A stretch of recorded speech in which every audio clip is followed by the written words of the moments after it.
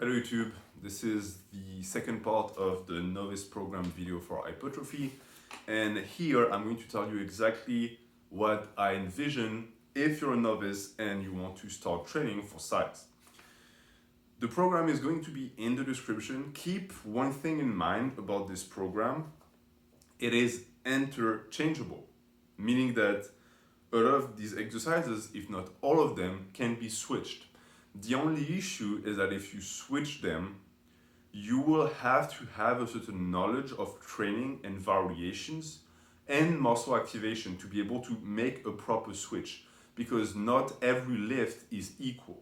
Some lifts have very close characteristics and they can be changed within the program, but not all of them.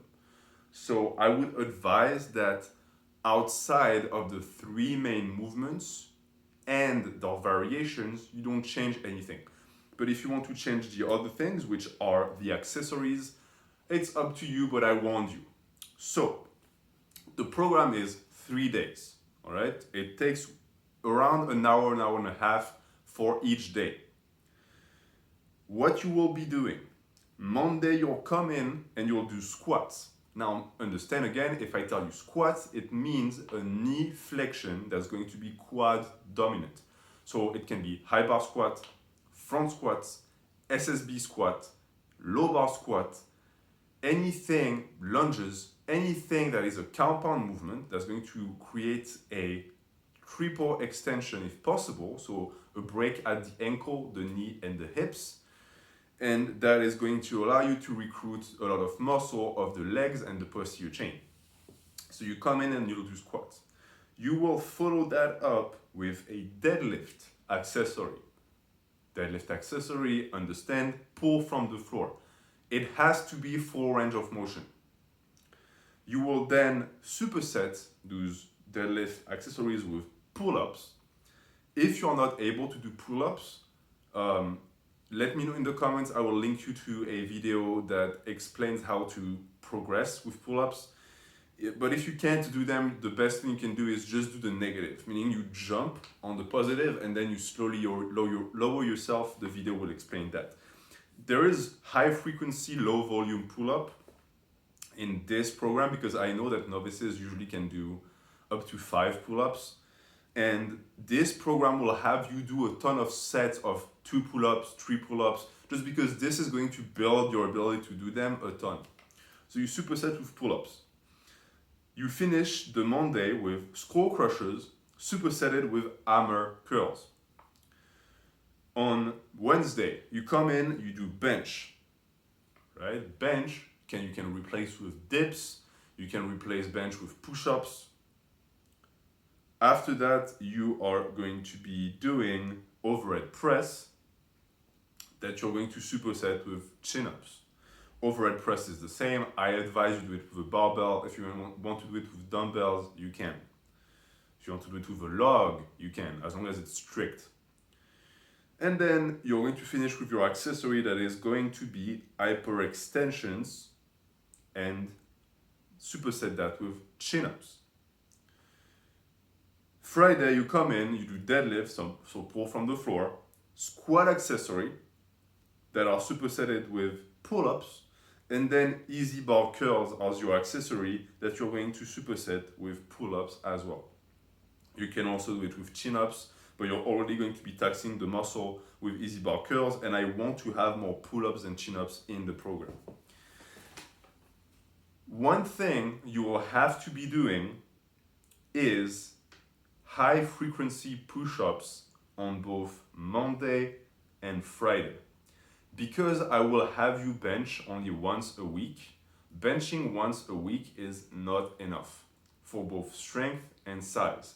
The thing is, because I think mastering pulls from the floor and squats is so important, there's not much room for bench. So the volume bench on Wednesday is going to be slightly higher than what you do for deadlift and squats, just to make up for it. And the rest of the pressing volume, the horizontal pressing volume, is going to be push-ups that you're going to do at the end of Mondays and Fridays. You will basically do push-ups until you can't do 3-4 reps in a row. What is the idea behind the program? The idea behind the program is that you're going to be practicing squats and deadlift twice a week with a lot of time in between them.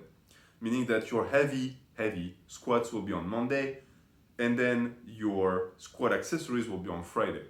Your heavy deadlifts will be on Friday, and then your deadlift accessory will be on Monday. So you get the entire week and then the weekend to recover from the lower body lifts, which are going to be the ones that are going to be taxing you the most when you start. You have upper body lifts peppered throughout the program.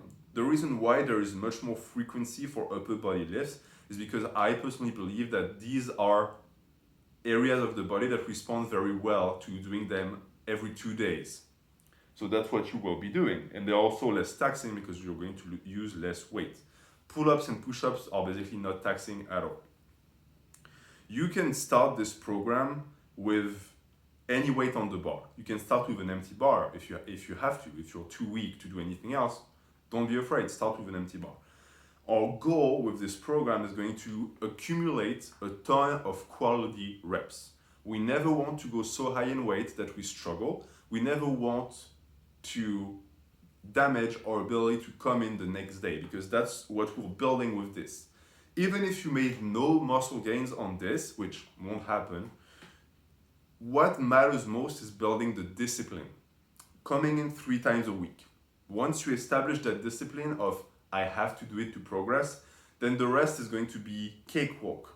Motivation doesn't work when it comes to bodybuilding. You have to create a routine. So this is a routine that I offer to you if you don't want to follow any other programs that are out there. You will notice with this program that it is not going to have you do every single compound movements several times a week. In a sense, it's a fault of the program, because if you do the compounds a lot every week, it's going to skyrocket your progression on them. That being said, we're not focused on putting more weight on the bar with this. We're focused on creating a body that will have the ability down the line to take on a lot of volume. Meaning that yes, you will only be lifting 3 times a week, and when you start, your volume will be super low, but you will eventually graduate to a point where you will be doing more volume than most people who do 5x5 programs. And that's going to result in more tonnage and eventually allow you to move more weight down the line, where other people will realize that their work capacity is not where it should be. So again, you can refer to the description for the program. You can copy paste it if you want. Some of the ideas that I have behind the exercises I put in there, and some of the things you can do to switch them. Because if you do squats, you will be doing squat accessories on Friday. So if, let's say you switch squats for front squats, well, you will be doing squat accessory on Friday that will become a front squat accessory, but it could also just be a squat, all right? The reason why it stays vague in the program is because I want to give you freedom. I know freedom is scary for novices, but you have to embrace it, because eventually it's going to be what matters the most when it comes to your progress. I am personally someone who never followed someone else's program ever. I'm not saying it's bad. I am saying that the program is not tailored to you. Unless you paid someone to make the program, which I don't advise you do, especially if you're a novice, it's a waste of money. A program you write for yourself might not be the most optimal, but it will be the most suitable in a sense, because it's going to come from you. And if you make any mistakes on it, it's on you. So you'll know how to correct it for next time. So this is more of a template than an actual program. Let's say you don't like squat, bench, and deadlift. That's all good. You can do, instead of squats, you can do front squats. And instead of bench, you can do dips or weighted dips. And instead of deadlifts, conventional deadlifts, you can do Jefferson deadlifts. This is not an issue. But if you do that, you're going to have to make sure that you switch the accessories around. So for example, if you stay on course with what I wrote, you will be doing squats on Monday and then pause squats on Friday. You will be doing deadlifts, conventional deadlift on Friday, and then you're going to be doing deficit deadlift on Monday. But if you switch it around, now it's up to you to find the variations. So you might be doing some front squats on Monday, and some pose front squats or pin front squats or box front squats on Friday. And you're going to be doing Jefferson deadlifts on Friday. And your accessory for Monday is going to be Jefferson block pulls. It's up to you to decide what you want to do. And just because I personally advise people to not switch their programs around too much doesn't mean that you shouldn't change something if it doesn't feel right. As far as the bench goes, that's where it's a little bit iffy, because even if you switch the bench to something else, for example, you switch it to push-ups, I would still advise you do high frequency push-ups on Monday and Friday. Why? Because if you do high frequency and high volume bench on Monday and Friday to complement your push-ups on Wednesday, it's going to be taxing on the shoulders. So it's not something that I would tell you to do. It's the same for dips. I would tell you to stick to push-ups for your horizontal press accessory. Overhead press is for me non-negotiable, meaning that you need to have at least one vertical press during your week of training. So that's why I put the overhead press in there. There is no accessory for the overhead press anywhere, because it's a lift that by itself will go up without much help at the start. You will require some variation later, but you don't need that for now.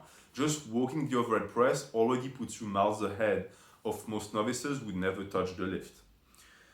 And then the accessories I put in are completely subjective, and you can switch them around if you want. I pull some Skullcrushers for long head of the tricep, some hammer curls for forearms, some hyperextensions for your lower back health and hamstrings, some chin-ups for more bicep, and then all the pull-ups I would advise you to keep in the program just because they're amazing for back development, they're good for the health of your spine and shoulders, and they're not taxing at all. So I would say keep them.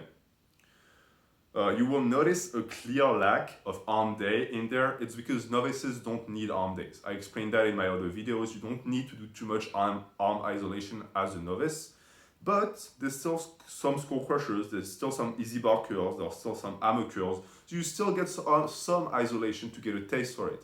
I'm not just making you bench and overhead press and telling you, oh, your triceps will get huge. So that's where it comes from. As far as back work, this is lacking in real delt and traps, but these are areas you can focus on later. The reason why I didn't include them in there is because, and I don't include calves in there either, is because I don't want to overpack the program. Because as I explained in the other video, novices don't have the mental capacity to stay 3 hours in the gym, and they shouldn't because they don't have the recovery to do so. So now that the program in itself is completely explained and that it's available in the description, let us talk about the rep range and the progression. So what I would advise you to do is stick with 3 rep ranges of your choosing: a low rep range, a medium rep range, and a high rep range. For me, that's me. I'm not saying do it. My low rep range is 2 to 5 reps for certain lift, 4 to 8 reps for other lift. My medium range is across the line 6 to 10 reps, and my higher rep range is either 8 to 12 or 10 to 15. The reason why I have so many rep range is because some of them are evolving rep range and some of them are specific to certain exercises. As a novice, you will not need that. What you will need is 3 fixated rep ranges that have a mean of tracking progress within them. Let me explain. Let's say you go my route, all right? And you want to be on the higher volume side. You're going to do 4 to 8 for your low, 6 to 10 for your medium, 8 to 12 for your high. That as a whole is going to keep you within a certain window of volume that's going to be on the higher side. What you're going to be doing is try to get 4 reps the first time and then try to hit the exercise again and see if you can get 4 reps. If you can't, move on to the next exercise. Next time you come in, try to get 5 reps. If you can get 5 reps, try getting 4, then try getting 4 again, etc., etc. The rep ranges you're going to be applying are going to be directly related to the exercise you do. I advise you do your first exercise, your main compound exercise, in a lower rep range, doing your accessory in the middle rep range, and doing your third accessory or isolation work in the higher rep range. Now, does it mean that they have to stay that way? No. I personally think that for your main compound movements that opens the day, you can basically go with any rep range and not go wrong. Meaning you can do squats for 4 to 8, for 8 to 12, it doesn't really matter as long as you're pushing progress. But you will not be doing your accessories in the lower rep range ever, and you will not be doing your isolations in the lower and middle rep range. The isolation should always stay in the higher rep range. That's just my opinion. That will also be in the program next to it. I will write the rep ranges that are available for you. As far as sets go, it really is up to you. I usually don't like to tell people to do certain sets. The way I do it is I do 1 to 3 sets of heavy weight for my compounds, and then the entire rest of the program for me would be 4 sets. You can push it to 6 sets for isolation if you want, but the sets are up to you, because reps, in my opinion, are less of a debatable, actionable variable, that's a lot of able, in your program. But sets are. Because sets fall into the category of volume manipulation, and I think it's easier to manipulate your sets once your reps are already clearly established. So let's say you do your 3 sets of heavy squats and you feel like you have more in you. You can slap on another 4th set. There's nothing wrong with that. All I ask is that you don't go overboard with your heavy compound that opens the training session, because you need to keep energy to be able to perform your variation and your accessories.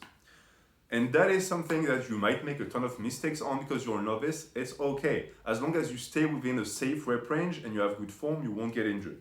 So mistakes happen. As long as they're not permanent, it's not a problem. You're going to make a ton of mistakes, trust me. So that is your reps and your sets. Now, what about progress? When do you change the reps? When do you change the sets? Well, in my opinion, when you feel comfortable with the weight. If you've decided on a rep range and you want to continue with that rep range, once you hit the amount of reps you have to hit for your max a certain amount of times and it's easy, put on more weight. How much weight? Well, I personally advise 5 pounds on each side. That's a conservative increase. For overhead press and curls, you can do 2.5. That's something that's going to allow you to keep flowing. You can also, if you hit a certain amount of reps, not change the weight, but even go lower in weight and change the rep range as I explained before. Again, what we want is accumulate a lot of reps with a very good form to create a base. So that's what's going to drive progress. It's going to be up to you. I know it's scary because a lot of programs are nicely crafted so that you don't have to think for yourself. If I hit that amount of weight for that amount of reps, I go to that weight. And it's basically a path that is carved for you. And in a way, it's comfortable because you just have to follow the path. You don't have to think for yourself. I want you to think for yourself. I want you to make your mistakes. I want you to learn. I don't want you to be a drone that follows my program or anyone else's program, and then when it doesn't work, switching to another program. Try this program, see how you feel, and be yourself within the gym. That's the reason why I give you the ability to change the exercises you do. Do what you feel like doing, but always keep in mind that we do certain movements for certain reasons, right? That's why I tell you to stay within compounds, accessories, and isolations. And I think if you respect that template, you will see good gains as a novice, but more importantly, you're going to forge a spirit of innovation and a discipline that's going to carry you through, because you're in for the long run. You're in for years and years. If you just started, this is just the beginning. Welcome to this wood. It's going to be an amazing journey. You're going to enjoy yourself. And if everything goes right, not only are you going to look amazing, you're going to be able to do that for decades. So welcome to the world of bodybuilding and lifting. I hope you enjoyed that video. If you have any questions, I will answer in the comments. Again, the program is in the description. Thank you for watching. Have an excellent day.